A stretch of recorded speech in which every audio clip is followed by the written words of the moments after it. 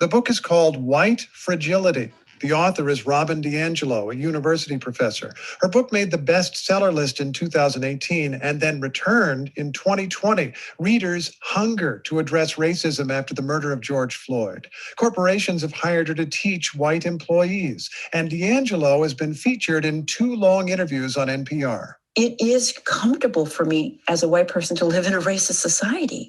We've got to start making it uncomfortable and figuring out what supports we're going to put in place to help us continue to be uncomfortable. Criticism of DiAngelo's work comes from John McWhorter. He's a writer and a linguist at Columbia University.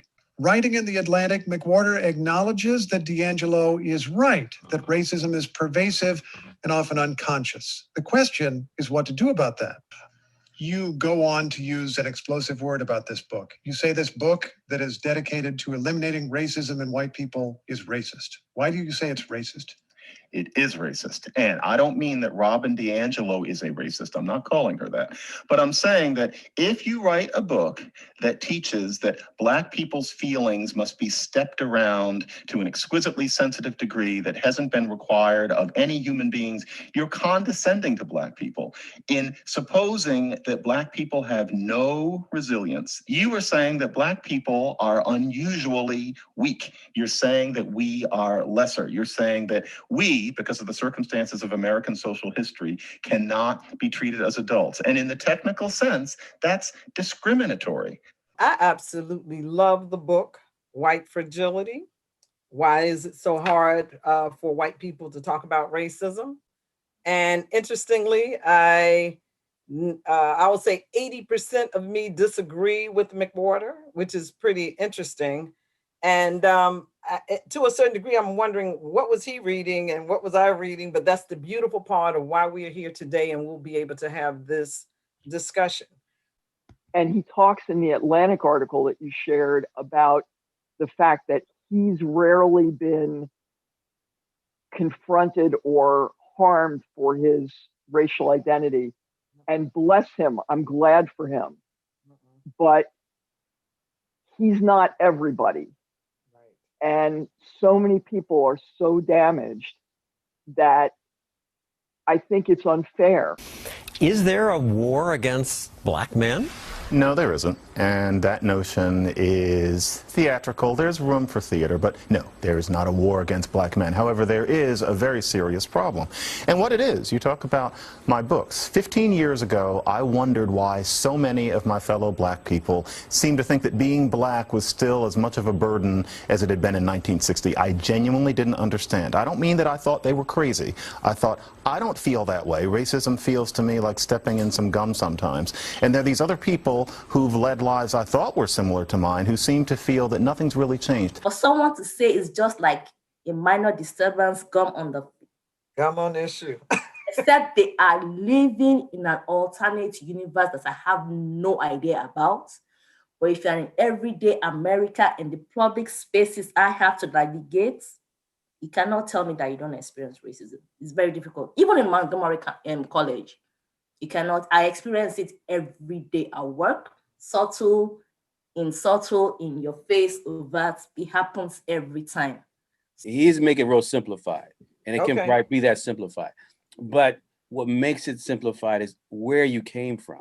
Now, I'll tell you where I grew up. I grew up in Philadelphia, inner city kid. Like him. And I went to mixed schools in middle school and all Black schools in between. The neighborhood I lived in was a working class Black neighborhood. We know nothing about racism other than looking on TV that, okay, this is what white people do, but there weren't necessarily people in our neighborhood accosting us. So I can understand what he's saying in terms of being sheltered. Is it necessary for every good white person to walk around feeling uncomfortable about themselves as abstractly complicit in a racist system before we see political change? And so a white person is supposed to learn that there are all sorts of things that they can't say. You can't say, I marched in the civil rights movement, because that would make you too comfortable. You can't say, I don't see race, because you almost certainly do. You can't say it's about class, because it's about race. And she's got about 25 prescriptions that make it so that any good white person is essentially muzzled. You just have to be quiet. If you think about human history, there have been great and wrenching changes, not only in this country, but in a great many others, but especially in this one, say a few things that happened about 50 years ago, without there needing to be this rather Orwellian indoctrination program. So the question is, why do we need this now? But what I will agree with McWhorter on is that you can't win. So when I say when you can't win, I'm saying Caucasians. It is very difficult to identify what does a non-fragile white person look like. Okay, for me, what it means to be a non-fragile white person is being willing to mess up, being willing to get it wrong. Oh, beautiful. I love that. Knowing that when we don't have the same definitions, when we aren't having the same lived experiences, we can't possibly always understand what's happening, but we have to give it a try. We have to show up. We have to be part of the speak up culture, and then know that we are going to screw up sometimes, and we're going to count on the people around us to either say, now I'm going to kindly explain to you why you're wrong, or I'm going to, or I'm not going to talk to you right now because I don't need to. It's not my responsibility, or whatever it is. But we just work on it and on a journey. That's all I wanted to say. That's the journey I'm on. But I remember thinking, reading the book, that I felt less berated and attacked and more understood. If I say the wrong thing and someone wags my finger at me, I can go, oh, crap, that reared its ugly head, didn't it? I'm so sorry, and I'll correct it. And I felt like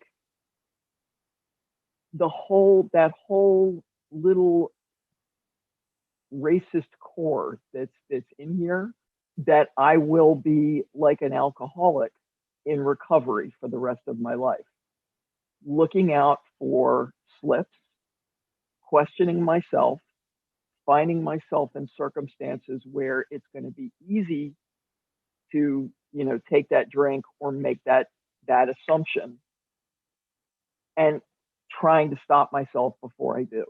He says in the article in The Atlantic, DiAngelo writes as if certain shibboleths of the Black left, for instance, that all disparities between white and Black people are due to racism of some kind, represent an incontestable truth. What Kendi says is, one either endorses the idea of racial hierarchy as a racist, that is, you like racial hierarchy and you are a racist, or you endorse racial equality and you are anti-racist. You're either for or against. There is no gray area. Sana says, in Kendi's view, though, talk of failures in culture or conduct supposes that Black people are somehow to blame for the effects of racism, as if they could have chosen instead of to be unaffected by it. He thinks that is both unfair and impractical to suggest that Black communities must somehow heal themselves before the government can intervene. If you examine colonialism, right, colonialism premised the notion that it empowered the lighter skinned people, get a minority group, the lighter skinned folks, which usually were their children, but get the lighter group and give them more powers and more privilege than others. And so this is the whole concept of white supremacy. White supremacy is also in Black folks. It's not only in white folks, and people get this notion that it's only white folks. No, it's Black folks that also blocking also white folks from liberating themselves. The Black privileged middle class, privileged class that are socialized not to see race. That's why they don't see race. I came up on a plantation right in the Caribbean. So I come up, I don't see race, right? But the tree fell in the forest, right? The white folks own all the means of production, all the commercial stuff. So what do we own? Servitude. Because still in the Caribbean, you have all these Black leaders, and we're trying to address this for 21st century. they're still serving as the client for the white folks. People sitting in a corporate boardroom being told that they're racist no matter what they do. To me, the idea that that is meaningful political activism, okay, that's an interesting proposition, but boy, you better put your cards on the table and explain why. I think that what Robin DiAngelo is doing is well-intentioned, but I think ultimately it's idle. Ultimately, the result of what she would create is a certain educated class of white person feeling better about themselves. And frankly, that's antithetical to her goal, because no matter how she wants it to go, people are going to think that they've done some kind of work. It's going to be hard to get people to truly feel as endlessly culpable as she's seeking. And in the meantime, what's the connection between that and forging change? You can say that all of this is a prelude to changing structures, but the question will always be, why don't you just go out and change the structures? And why do you think that you couldn't until doing this? We're talking yesterday about decolonizing education. How don't I do that? Don't I see that as my role to do that? And don't all of us see it as our role? Because if you as a white person can't say like, these images are not right and we need to reflect the images of the students before us, don't I come and talk to you about white fragility and stuff and all this progressive stuff? I want to work in your classroom, and when they come into my classroom, they're saying, this is what Professor Swanson did in my class. This is what he was talking about in my class, right? It is not just what Dr. Smith taught in her class, right? It is also what Dr. Caldwell was talking about in his class about these issues. Then we are transforming the structures. Okay, let's step back. In these here United States, being an accounting major, what I tell my students, this is a country about capitalism. Right. I will sell cries if I can make money off of it. It's just the way this country is set up. And maybe a bad thing to hear, but that's what it is. So if I can sell more books or sell more words by disagreeing with someone, albeit I'm disagreeing just to be disagreeing, I may do so. And so that could be part of it. When you say people put out an opinion to make money, are you pointing a finger at McWhorter? Are you pointing a finger at DiAngelo? Who? In this case, I would be pointing the finger at McWhorter because he's reacting. I think, but I think he has genuine feelings about it. But there could be also too that's why I'm poking fingers at, because I know other scholars that would have taken a different viewpoint. They may say, okay, I hear what she's saying, but I tell you what, and this is what happens to me. Subscribe to Colbert Classroom and be on the lookout for new videos.